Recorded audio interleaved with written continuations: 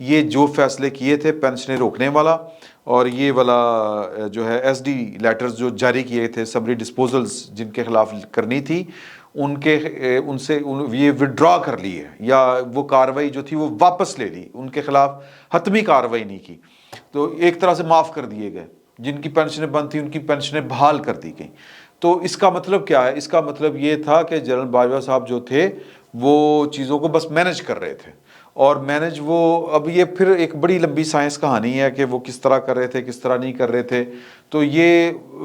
روزانہ کی بنیاد کے اوپر فیصلے ہو رہے تھے کہ اچھا فلاں بہت بول رہا ہے اس کو چپ کراؤ, فلاں یہ کر رہا ہے اس کا یہ کرو. لیکن الٹیمیٹلی انہوں نے عمران خان صاحب کے جتنے ہمدرد تھے پاکستان کی فوج کے اندر,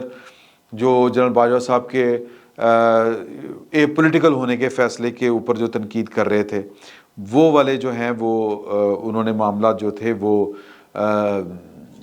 ایکشن لیا ان کے اوپر, لیکن بعد میں ان کو بحال کر دیا. یعنی کہ عمران خان صاحب کے ہمدرد جو ہیں وہ سسٹم کے اندر رہ گئے. میں نے جو ایک یعنی پتہ کرنے کی جب کوشش کی, جب مجھے یہ خبر پتہ چلی کہ کیا واقعی جنرل باجوہ صاحب جاتے جاتے یہ کر گئے ہیں, تو ہاں میں جواب دیا گیا, اور ساتھ میں یہ بھی مجھے باور کروایا گیا کہ اس وقت فوج کے اندر کوئی دھڑے بندی نہیں. جنرل باجوہ صاحب کے جانے کے بعد جو جنرل فیض صاحب جو ہیں وہ چلے گئے. کل ویسے جنرل فیض صاحب کی بھی ایک خبر جو کابینہ سے متعلق بریفنگ میں چلائی گئی تھی, ٹی وی کے اوپر چلی تھی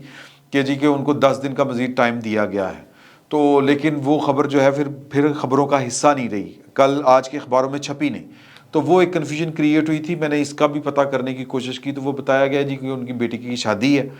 اور یہ ویسے بھی عموماً ہوتا ہے کہ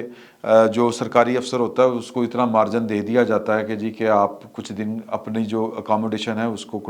رکھ لیں, استعمال کر لیں, تو یہ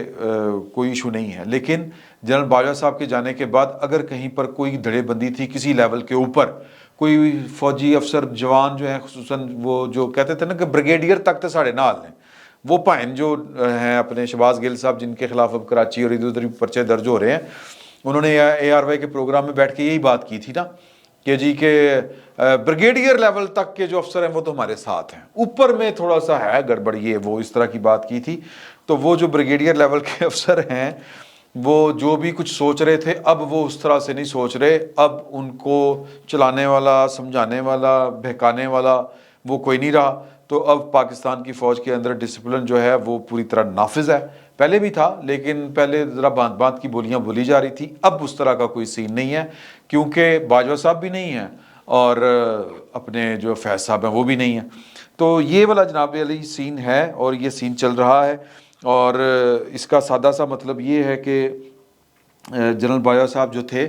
انہوں نے ایک ہی وقت میں کئی فیصلے کیے. مطلب یہ کہ عمران خان صاحب کو وہ لگتا ہے کہ ڈبل گیم تھی. تو ایک کہانی میرے پاس ہے, بڑی خوفناک کہانی تھی وہ والی, وہ ڈیٹ میں نے آپ کے ساتھ شیئر کی ہوئی ہے, وہ ڈسکرپشن میں وہ لنک بھی دیا ہوا ہے کہ کسی نے ایک نے ملاقات کی تھی باجوہ صاحب کی, پھر وہ ڈسکلوز بھی ہوئی بعد میں چل کے چیزیں کہ عمران خان صاحب کی وکالت کی باجوہ صاحب کے پاس کسی نے آ کے کہ سر ان کو 6 مہینے کا موقع دے دیتے ہیں اور وہ کیا کریں گے, یہ کریں گے, وہ اسمبلیاں خود بخود توڑ دیں گے, الیکشن کروا دیں گے, یہی پی ڈی ایم چاہتی ہے. تو عمران خان صاحب کی طرف سے یہ بات آئی ہے تو یہ کر کے دیکھ لیتے ہیں. تو پھر وہ جو ملاقات ہوئی تھی وہ جس میس میں ہوئی تھی وہ ISI کا میس تھا, اور اس ملاقات میں زرداری صاحب بھی بیٹھے ہوئے تھے, شہباز شریف صاحب بھی بیٹھے ہوئے تھے, مولانا فضل الرحمان کی پارٹی کے لوگ بھی بیٹھے ہوئے تھے. تو باجوہ صاحب اپنے ایک دو ساتھیوں کے ساتھ وہاں پر موجود تھے اور انہوں نے ان سے کہا کہ جی کہ مطلب کہ یہ ہے آپشن تو آپ جو طریقے عدم اعتماد ہے واپس لے لیں. تو وہ جو بلاول بھٹو زرداری صاحب کی تلخ کلامی تھی, وہ تلخ کلامی بلاول بھٹو صاحب کی تو یاد رہے گی, لیکن خالد مکسی صاحب وہ شخص تھے جنہوں نے باجوہ صاحب کی آنکھوں میں آنکھیں ڈال کے نہ کی تھی. تو مجھے وہ آج تک وہ جو کنورسیشن ہے وہ اس کا ایک ایک جملہ یاد ہے جو مجھے بتایا گیا تھا کہ باجوہ صاحب نے کہا کہ یار میں تیرے کو پوچھ نہیں رہا خالد مکسی, میں تو بات کر رہا ہوں بڑی پارٹیوں سے, یہ زرداری صاحب سے اور شہباز شریف صاحب سے, میں تو آپ سے بات ہی نہیں کر رہا, آپ تو چھوٹی پارٹی ہے, آپ کا تو اتنا وہ کوئی رول ہی نہیں ہے. تو اس کے اوپر خالد مکسی صاحب نے جنرل باجوہ صاحب کو مخاطب کرتے ہوئے کہا تھا کہ یہ آپ کی شرم لحاظ کر رہے ہیں اور یہ ان کی سیاست اور ان کی پارٹیاں جو ہیں وہ کچھ اور معاملہ ہے. ہمیں آپ نے میرا مطلب ہے کیا سمجھ رکھا ہے, میں ان کے بہاف پہ بول رہا ہوں. جب انہوں نے کہا کہ میں ان کے بہاف پہ بول رہا ہوں تو زرداری صاحب اور شہباز شریف صاحب اور مولانا فضل الرحمان کے عبدالغفور حیدری غالباً تھے وہاں پر,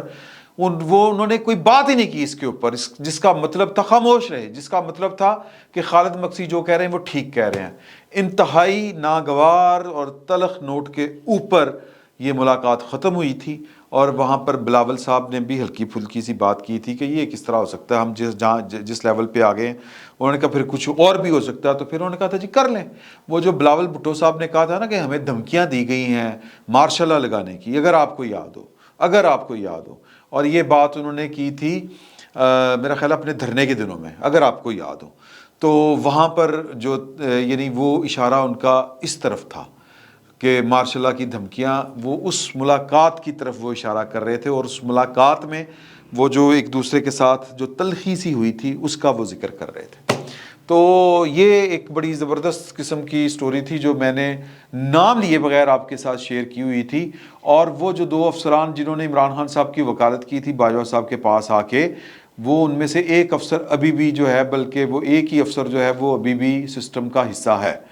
تو وہ آگے چل کے پھر کبھی جب موقع بنے گا, تو جب تاریخ یا وقت تھوڑا سا آگے بڑھے گا, تو پھر وہ میں آپ کے ساتھ شیئر کروں گا. آخری بات جو ہے وہ سپریم کورٹ کا آرڈر ہے. سر ARY والے جو ہیں وہ یوز کرنا چاہ رہے تھے ارشد شریف صاحب کے اہل خانہ کو, ان کی والدہ کو, اور وہ ذہن بنا رہے تھے ان کا, اگرچہ ان کی والدہ بڑی جہاں دیدہ خاتون ہے, اور انہوں نے یہ کوئی چیز جو ہے وہ بائی نہیں کی تھی ان کی. یہ چاہ رہے تھے کہ ان کی والدہ جو ہیں وہ درخواست دیں جس میں جناب کیا نام ہے جی, رانا ثناء اللہ صاحب اور جنرل قمر جاوید باجوہ صاحب کے خلاف FIR درج کروائی جائے. ان کی والدہ کی طرف سے درخواست ہے جس میں ذکر ہو کہ میرے بیٹے کے قاتل جنرل باجوہ ہیں, اور میرے بیٹے کے قاتل جو دوسرا قاتل ہے وہ رانا ثناء اللہ ہے. تو اب اس کے اوپر میرا خیال ہے کہ وہ ان کی دال نہیں گلی, اور یہ بڑی ہمت اور کوشش کر کے سپریم کورٹ تک گئے تھے, لیکن اب ان کو یہ اندازہ نہیں ہے کہ سر وہ بےبے نہیں رہی جڑی دودھ نہ روٹی دیندی سی. اب نہ وہ فیض ہے, نہ وہ پاشا ہے, نہ ظہیر الاسلام ہے. اب وہ اس طرح کا ماحول نہیں ہے کہ وہ آپ جو سوچیں گے آپ کے لیے سسٹم جو ہے وہ اس طرح سے کام کرنا شروع کر دے گا. تو ویسے بھی جنرل باجوہ کے خلاف قتل کا مقدمہ درج کروائیں گے, ماشاءاللہ کیا بات ہے. تو یہ وہ چاہ رہے تھے, یعنی کون چاہ رہے تھے, سلمان اقبال صاحب ود دی کلائمنس آف اپنے PTI والے عمران خان صاحب. تو ایک یہ چال چلی تھی, انہوں نے یہ پٹیشنیں سائن کر, یہ کر, وہ کر, تو سپریم کورٹ کا اختیار یہاں پر محدود ہے. اور اب ARY کہ جی جب لاحقین ہے تو پھر پولیس کی مدیت میں کس طرح مقدمہ درج ہو سکتا ہے. اب بھائی پولیس ہی تو کر رہی ہے, پولیس ہی نے کرنا ہے. تو مطلب آخری بات جو میں آپ سے کرنے لگا ہوں کہ اس وقت پاکستان کی سیاست میں تھوڑا سا سکون ہے, اور سکون اس لیے ہے کہ عمران خان صاحب کنفیوز ہیں کہ اب وہ کس کا گریبان جا کے پکڑیں. جو کچھ ان کے ساتھ ہو گیا ہے, عمران خان صاحب کی ساری چالیں الٹ پڑی ہیں, اور ناکامیوں نے ان کے گھر کا راستہ دیکھ لیا ہوا ہے. تو آج جو آپ کو قدرے سکون آج پچھلے 2 دن سے جو پاکستان کی سیاست میں لگ رہا ہے وہ اسی وجہ سے لگ رہا ہے کہ ایک تو پرویز الہی صاحب جو ہیں وہ پارٹیاں نال سیٹ ہو گئے سر, خود اپنے منہ سے وہ کہہ رہے ہیں, اور عمران خان صاحب کے پاس اب وہ چیں بجبیں اس کے علاوہ اور کوئی چارہ نہیں بچا. تو خان صاحب کی سیاست جو ہے وہ گئی گھاس چرنے, تو باقی جو ہوگا وہ دیکھا جائے گا. فی الوقت اتنا ہی, بہت بہت شکریہ آپ کا.